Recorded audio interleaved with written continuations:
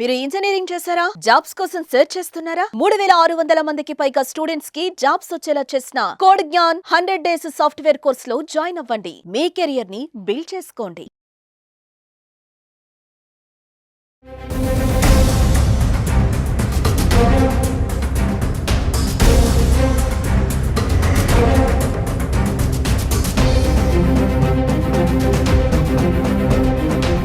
Hi hello నమస్తే welcome back to Suman TV. ప్రస్తుతం మనతో పాటు ఉన్నారు పబ్లిక్ స్పీకర్ రజనీ రమ్మ గారు.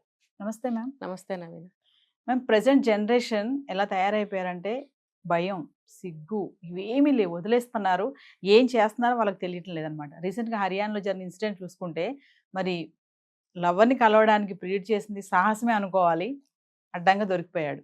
అసలు సూట్ కేస్ అనేది మనం బట్టలు పెట్టుకోవడానికో దేనికో వాడతాం. రీసెంట్గా క్రైమ్ కూడా చూసాం, చంపేసి దాంట్లో పెట్టడం, ప్యాక్ చేయడం. మరి ఇది కొత్తగా విచిత్రంగా ఉంది. దీని సాహసం అనుకోవాలా, మరి వాడు తెలియక చేశాడు అనుకోవాలా, ఫన్నీ అనుకోవాలా, అర్థం కావట్లేదు. కానీ సూట్ కేసులో పెట్టి అమ్మాయిని కలవడానికి అబ్బాయి హాస్టల్కి తీసుకెళ్లే క్రమంలో దొరికిపోయాడు. ఏంటి అసలు యూత్ ఎలా తయారవుతుంది? దీన్ని ఫన్నీగా చెప్పాలా, మరి వాళ్ళకి సీరియస్ గా తీసుకోవాలా అంటే ఒక్కసారి దీని గురించి మాట్లాడు. అజ్ఞానం, అజ్ఞానం. పిల్లి కళ్ళు మూసుకుని పాలు తాగుతూ నన్ను ఎవరు చూడట్లేదు అనుకుందంట. అలాగా వీళ్ళు ఇది మనలాగా చూసేవాళ్ళ జనానికి ఎంత తెలివి తక్కువతనంగా మనకు అనిపిస్తుందో ఆ అబ్బాయికి అంత తెలివిగా అనిపించింది. మరి అంతే కదా, తన కళ్ళు మూసుకుని పాలు తాగుతున్నట్టే ఉంది ఇది. నేను చాలా ఇంటెలిజెంట్ గా తీసుకెళ్తున్నాను, ఎవరు కనిపెట్టలేరు, నేను హాస్టల్ అయింది కదా, నేను ఏదో లగేజ్ తీసుకెళ్తున్నాను అనుకుంటారని. అయితే అంత పెద్ద సూట్ కేసులో లగేజ్ ఎవరు తీసుకెళ్ళట్లేదేమో ఒకవేళ. వీళ్ళు కూడా ఇప్పుడు ప్రతి ఒక్క డిపార్ట్మెంట్కి ఎంతో ట్రైనింగ్ ఉంటుంది బిఫోర్ ఆ జాబ్లో జాయిన్ అయ్యే ముందు. ఇప్పుడు సెక్యూరిటీ అక్కడ ఉంటారండి. ఇప్పుడు ఎక్కడ చూసుకున్నా సెక్యూరిటీ టైట్ అయింది ప్రతి చోట కూడా, చాలామందిని పెట్టుకుంటున్నారు. అలాంటప్పుడు వాళ్ళు కూడా 1000 కళ్ళతో ఉంటారు. ఒక మన చీరలో వెళ్ళి చక్కగా పెద్దవాళ్ళం వెళ్ళి మన లోపలికి వెళ్ళాలంటే కూడా ఆపుతున్నారు. అమ్మో ఎవరో ఎందులో ఏం మోసం ఉందో ప్రతి ఒక్కళ్ళని ఆపుతున్నారు. ఎటువంటి మనిషి అయినా మనం ఎటువంటి వెహికల్లో వెళ్ళినా సరే ఖచ్చితంగా అక్కడ ఎంట్రీ చేయాల్సిందే, అవతల వాళ్ళు యాక్సెప్ట్ చేస్తేనే మనం లోపలికి పంపిస్తున్నారే. మరి ఒక కాలేజ్ హాస్టల్ అన్నప్పుడు ఎంత టైట్గా ఉంటుంది సెక్యూరిటీ. అసలే ఈ రోజుల్లో ఎన్నో జరుగుతున్నాయి హాస్టల్స్లో, అమ్మాయిలకైనా అబ్బాయిలకైనా. మరి అలాంటప్పుడు వాళ్ళు చాలా చూస్తారు. ఏంటి వీళ్ళకి అనుమానం వచ్చి చూస్తే అందులో అమ్మాయి. అసలు వీళ్ళకి ఏం చదువుతున్నాడో తెలియదు. పోనీ ఒక 20 సంవత్సరాలు అనుకుందాం, వాడికి అమ్మాయి కావాల్సి వచ్చింది. మళ్ళీ వాడు అనకూడదు, వీడు అనకూడదు, ఇంకా బూతులు తిట్టాలి ఇలాంటి వాళ్ళని. మరి వాడు వీడు అంటే ఏంటి తప్పు? వీళ్ళు చేసే వేధవ పనులు, దరిద్ర పనులు, నీచమైన పనులు, అసలు పరువు పోయే పనులు ఎలా ఉంటున్నాయి చూడండి. ఇప్పుడు ఇంత చిన్న వయసులోనే వీళ్ళకి 20, 22 అంటే ఇంక పెద్ద వయసు అని చెప్పుకోవాలి. 13కి 14కే తయారవుతున్నారుగా ప్రబుద్ధులు. మరి ఆ బుద్ధులు ఎక్కడి నుంచి వస్తున్నాయి వీళ్ళకి? ఇదేనండి, బయట అన్నీ తెలిసిపోతున్నాయి, సోషల్ మీడియా అన్నీ అందుబాటులో ఉంటున్నాయి, అన్నీ తెలిసిపోతున్నాయి, అన్నీ కావాలనిపిస్తుంది. ఇంకా ఎందుకు కావాలనిపిస్తుంది? డబ్బు. చేతి నిండా డబ్బు. అంటే వాళ్ళు సంపాదించకపోవచ్చు, పేరెంట్స్ ఇస్తారుగా. హాస్టల్లో చదువుతున్నారు అని అంటే బోల్డ్ డబ్బులు ఇస్తారు. ఎలా? అక్కడ ఒక 10,000 ఫీజు కట్టాలి అని అంటే వీళ్ళకి ఒక 50,000 పంపిస్తారు. మరి ఆ డబ్బంతా వీళ్ళకే కదా. అమ్మ మా పిల్లలకి ఎటువంటి ఇబ్బంది రాకూడదు అని చెప్పి బోల్డ్ డబ్బులు ఇస్తారు. ఒకవేళ వాళ్ళు అంత ఇవ్వలేని ఫ్యామిలీ అయినా సరే ఎలాగోలా తీసుకొచ్చి ఆ పిల్లలకి ఇవ్వటం జరుగుతుంది.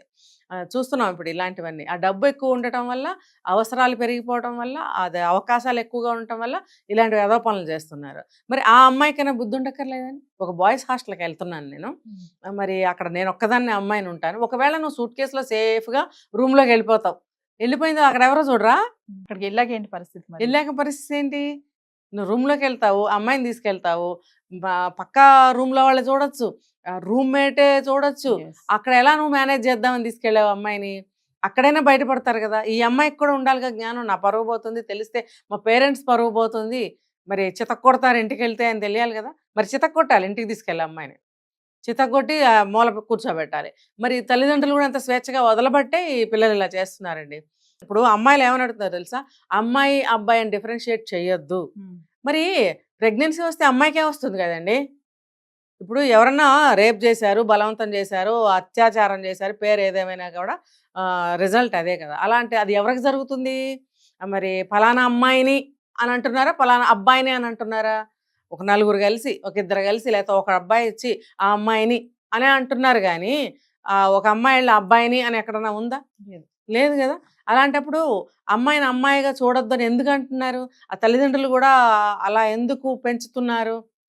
నువ్వు సమానంగా ఎక్కడ పెంచాలో అక్కడ పెంచు. ఈ ఫిజికల్‌గా వచ్చేటప్పటికి నువ్వు అమ్మాయివే అని చెప్పి 100% వాళ్ళకి అన్నీ నేర్పించాల్సిన అవసరం ఉంది. నువ్వు అమ్మాయివే. ఎంత చదివినా, ఏం చేసినా, ఏం ఊరేగినా నువ్వు అమ్మాయివే. అయినప్పుడు ఏదన్నా జరిగితే నష్టం నీకే జరుగుతుంది. నువ్వు నష్టం అని అనుకోలేదు అని అనుకో, నీ ఇష్టం వచ్చినట్టు బరి తెగించి చెడిపో. ఎవడికి కావాలి? ఎవరికీ అవసరం లేదు. కావాలంటే మీ అమ్మా, నాన్న ఏడుస్తారు. పక్కింటోళ్ళు గాని, నీ చుట్టాలు గాని ఎవరైనా ఏడుస్తారు. ఎవ్వరు ఏడవరు. ఇంక సంకలు కొట్టుకొని ఆనందంగా సంతోషపడతారు. అబ్బా! పలానా వాళ్ళకి ఇంత నష్టం జరిగిందంటే ఆనందం గదా Yes. సొసైటీలో. వాళ్ళు ఆనందిస్తారు గానీ ఎవరు బాధపడరు. Yes. ఒక్క మీ అమ్మా, నాన్న ఏడుస్తారంతే. ఇంకా తర్వాత ఆ అమ్మాయే ఏడుస్తుంది జీవితం పోయి. మరి అలాంటప్పుడు నేను ఆడపిల్లనని అప్పుడన్నా అనుకుంటావా? లేకపోతే నన్ను ఆడపిల్ల అని అంటావా? ఈ విషయంలో నేను గట్టిగా మాట్లాడదలుచుకున్నాను. నేను అమ్మాయినే, నేను అలా పెరిగిందాన్ని, మనందరం ఆడవాళ్ళమే. ఎంత జాగ్రత్తలు తీసుకోకపోతే ఇవాళ ఇక్కడ కూర్చొని ఒక మాట చెప్పగలుగుతున్నామండి? అంటే వయసు ప్రభావం మేడం ఎంత తప్పు చేయడానికైనా దారి తీస్తుంది అది అంటే ఒక రీజన్, అది కాదనట్లేదు. అయితే మాత్రం దానికొక సమయము, ఒక వయస్సు ఉంటుంది. దానికొక ఏమంటారంటే గుర్తింపు. ఏంటి? పెళ్లి చేస్తారు ఒక మంచి అబ్బాయిని చూసి. ఆ అబ్బాయితో నీకు ఎటువంటి విషయాలైనా చూసుకో. అంతేగాని నీకు నాకన్నీ తెలుసు, నాకిది అవసరం పడిందని చెప్పి ఎవరితో పడితే వాళ్ళతో వెళ్ళిపోతావా నువ్వు? అలా వెళ్ళిపోతే విలువేంటి ఇంక నువ్వు? తల్లిదండ్రుల దగ్గర ఎందుకుండాలి? వాళ్ళు నిన్నెందుకు సెక్యూర్ చేయాలి? వాళ్ళు నీకెందుకు ఫీజులు కట్టి మంచి చదువులు చదివించాలి? నిన్నింట్లో 25 ఏళ్ళు, 30 ఏళ్ళు, 20 ఏళ్ళు ఎందుకు పెట్టుకోవాలి? నీకెప్పుడైతే ఆ ఫీలింగ్స్ వస్తున్నాయో, నీకన్నీ అవసరం అనిపిస్తుందో అప్పుడే నువ్వు ఇంట్లోంచి వెళ్ళిపో. తల్లిదండ్రులకు కూడా నేను చెప్పేది పంపించేయండి. ఇప్పుడు ఈ వర్షిణి ఎంత చెప్పినా వినకుండా వెళ్ళిపోయింది కదా విజయవాడ అమ్మాయి. వాళ్ళు ఎంత మొత్తుకుంటున్నారు? వాళ్ళు ఎంత అరిచి గీబెట్టి మొత్తుకున్నా ఆ పిల్ల చేయవలసిందే చేసింది, వెళ్ళాల్సింది వెళ్ళిపోయింది. మళ్ళీ ఆ పిల్లకి ఎక్కడో పెద్ద దెబ్బ తగిలి బుద్ధొచ్చి జ్ఞాననేత్రం తెరుచుకుంటే మళ్ళీ ఏమన్నా పుట్టింటికి వస్తుందేమో. వస్తే మాత్రం ఒక వస్తువు బాగా పాడైపోయింది అనుకోండి, దాన్ని ఏ రకంగా బాగు చేయాలి? ఆ అమ్మాయికి పెళ్ళి అవుతుందా రేపొద్దున? వీళ్ళు పెళ్లి చేయాలని అనుకుంటారు. ఎవరు చేసుకోవడానికి ముందుకొస్తారు? ఈ విషయం ఆ అమ్మాయికి తెలుసా? బుద్ధుందా? అలాగే ఇప్పుడు ఈ సూట్ కేసులో వెళ్ళిన అమ్మాయి కూడా. ఇప్పుడు దాదాపు ఒకటే ఇది. ఒక అమ్మాయి అలా వచ్చేసింది. ఇప్పుడు మొత్తం అందరికి తెలిసిపోయింది, వైరల్ అయిపోయింది. ఆ సూట్ కేసులో మనిషిని కూడా మనం చూసాము. ఇప్పుడు తల్లిదండ్రులు అసలు మొహం ఎక్కడ చాటు పెట్టుకోవాలి చెప్పండి? వాళ్ళ పరువు తీయటానికే పుడుతున్నారా వీళ్ళు? అంటే భయం అనేది ఉండట్లేదు అంటారా మేడం భయం పిల్లలకి? అంటే ఏంటో తెలీదు. దానికి రీజన్ కూడా తల్లిదండ్రులే.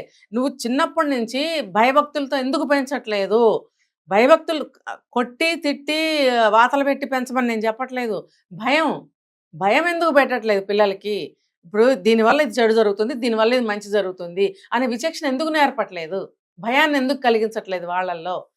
అది తల్లిదండ్రులదే తప్పు. ఏంటంటే మా అమ్మాయి అందరిలాగా కాదు, మేము సమానంగా పెంచాం అమ్మాయిని, అబ్బాయిని అంటే ఇదిగోండి సమానంగా వెళ్ళింది ఇప్పుడు. తల్లిదండ్రులు కూడా ఈ రోజు నుంచి అమ్మాయిని అమ్మాయిలాగా పెంచండి, అబ్బాయిని అబ్బాయిలాగా పెంచండి. ఎందుకంటే మీ అమ్మాయికి ఏదైనా అయితే ఏదైనా ప్రెగ్నెన్సీ వచ్చినా, లేకపోతే శీలం చెడిపోయినా, నలుగురిలో అల్లరిపడినా మీ అమ్మాయి చెడ్డ పేరు మీకే వస్తుంది. అది అలా అంటున్నారేంటి మేడం? మరి అమ్మాయి అన్నిట్లో అబ్బాయి కంటే ముందుగా దూసుకుని వెళ్ళిపోతుంది రంగాల్లో అని అంటున్నారు కదా. వెళ్ళమనండి. మరి సమానంగా ఎలా పెంచమని? కొంచెం అమ్మాయి ఎక్కువే కదా. అలా కాదు, వెళ్ళమనండి. నేనేం చెప్తున్నాను, వెళ్ళమనండి. కానీ అమ్మాయి అంటే ఏంటి? ఫిజికల్గా అమ్మాయి వేరు, ఫిజికల్గా అబ్బాయి వేరు. అలాంటప్పుడు ఆ అబ్బాయిని అబ్బాయిగా పెంచండి. ఎలా? నువ్వు జాగ్రత్తగా ఉండాలి కొడుకా, నీ పెళ్ళయ్యే వరకు భార్యతో తప్ప నువ్వెవరితో సెక్సువల్గా మీట్ అవ్వకూడదు, దానివల్ల నష్టాలు లాభాలు అన్నీ అబ్బాయికి చెప్పి తీరాల్సిందే. అలాగే అమ్మాయికి కూడా చెప్పి తీరాల్సిందే. అలా అమ్మాయిని అమ్మాయిలాగా పెంచండి, అబ్బాయిని అబ్బాయిలాగా పెంచండి. మిగతా అన్ని విషయాల్లో సమానంగా పెంచండి. ఉద్యోగాలేంటి, పరుగు పందాలేంటి, చదువులేంటి, డిబేట్లేంటి, అసలు ఏ టు జెడ్ సమానంగా పెంచండి. కానీ వాల్యూస్, ఈ ఈ స్త్రీ అనే వాల్యూ ఏంటి, పురుషుడు అనే వాల్యూ ఏంటి, అసలు పురుషుడు అంటే ఏంటి, స్త్రీ అంటే ఏంటి తెలపండి వాళ్ళకి. తెలుపుతున్నారా ఎక్కడన్నా? లేదు. ఇంకా వీలైతే కూతురుతో సమానంగా అమ్మ వేసుకుంటుంది డ్రెస్సు, కొడుకుతో సమానంగా తండ్రి వేసుకున్నా వాళ్ళిద్దరు ప్యాంట్ షర్ట్లే వేసుకుంటారు. ఈ అమ్మ కూతుళ్ళు ఏం వేసుకుంటున్నారు? అంటే నేను ఆ టైంలో ఇట్లా లేను, నా లైఫ్ ఇలా లేదు, ఇప్పుడు నీ వాళ్ళ లైఫ్ కోరికలు బాగుండాలి తీర్చుకుంటారు. అని చెప్పేసి అట్లా అదే చేస్తారు కదా. ఇప్పుడు ఆ రోజులు బాగున్నాయండి పోనీ, ఇప్పుడు బాగోలేదు కదా. బాగోనప్పుడు మీరు ఆ అభిప్రాయం నుంచి బయటకు రావాలి కదా. ఏదో బాడీ కంఫర్ట్ కోసం హెల్త్ బాగోకపోతేనో అలాంటప్పుడు అప్పుడు శారీలు వేసుకుని క్యారీ చేయలేకపోతున్నారు చాలామంది. అటువంటి కండిషన్స్లో డ్రెస్సులు ప్రిఫర్ చేయొచ్చు, నైటీలు ప్రిఫర్ చేయొచ్చు, తప్పేమీ లేదు. కానీ భావాలను ఎలా మీరు మార్చేస్తారు? ఆ భావాలు మార్చటం వల్ల కదా ఆడపిల్లలందరూ ఇట్లా ఆగమైపోయారు. ఇంత నిక్కరండి, నిన్న రాత్రే నేను చూసింది. అసలు 5 అంగుళాలు కూడా లేదు అది. పైనేమో ఇంత వేసుకుంది. అది రాత్రి 9ంటికి మా బండి మీద ఒక అబ్బాయి వెనకాల వెళ్తుంటే మరి ఏమని మనం అనుకోవాలి, ఏమని ఇంకొకళ్ళకి చెప్పాలి. మరి ఆ టైంలో ఆ అమ్మాయి అలా వచ్చిందో, వాళ్ళ అన్నయ్యతో వచ్చిందో, వాళ్ళ డాడీతో వచ్చిందో మనకు అనవసరం. ఆ టైంలో తండ్రైనా తల్లైనా ఆ పిల్లని ఆ డ్రెస్లో ఎందుకు తీసుకెళ్లాలని నేను అడుగుతున్నాను.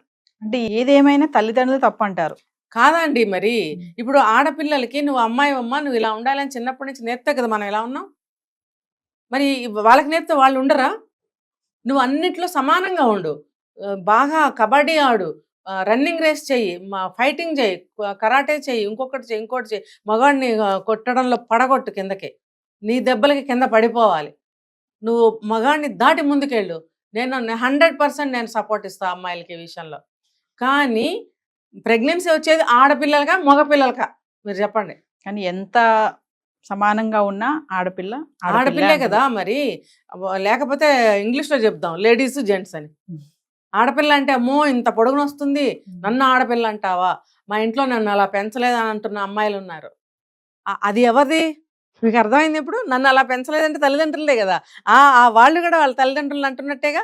మా ఇంట్లో మా తల్లిదండ్రులు అలా పెంచలేదు అని అంటే ఆ అమ్మాయి కూడా వాళ్ళ తల్లిదండ్రులని ఇండైరెక్ట్గా బ్లేమ్ చేసినట్టే కదా. అది గొప్పగా ఫీల్ అయ్యి చెప్తుందా? ఎలా అయినా తీసుకోనివ్వండి, రీజన్ వాళ్ళ తల్లిదండ్రులు ఏం చెప్తున్నారుగా. మరి అలాంటప్పుడు తల్లిదండ్రులు తెలుసుకోవాలి, మా వల్లే మా పిల్లలు బయట పాడైపోయే ఛాన్సెస్ ఉన్నాయి, అవకాశాలు ఉన్నాయి, మనం జాగ్రత్తగా పెట్టుకోవాలి అనేది ముందు తల్లిదండ్రులు తెలుసుకోవాలి. తెలుసుకుంటే అప్పుడు పిల్లల జీవితాలు బాగుంటాయి. అలా సూట్ కేసుల్లో ఉంటాయి కదా గంపలు, కోళ్ళ గంపలు అంటారా, కోళ్ళ గంపల్లో పెట్టి చండాలంగా అట్లా హాస్టల్స్కి వెళ్ళే దుస్థితిలో నుంచి బయటకి వస్తారు కనీసం. Thank you.